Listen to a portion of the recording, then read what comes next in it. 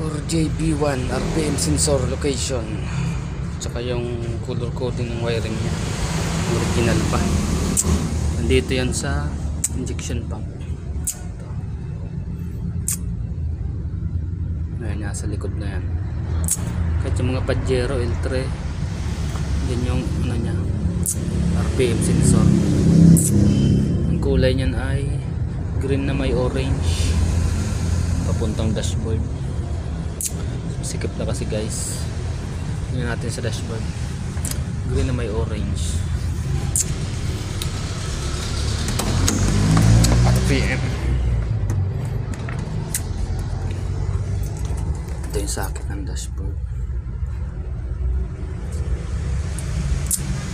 So ito yung ano nya, gatong kulay nya ng pwede halat na ilaw. Green na may, ay ano, blue na may orange pala. Hindi green, blue na may orange. Kitang kita naman siya.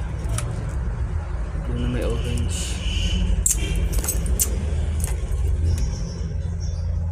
Patayin ko na para makapasilaw. Hindi naman makita.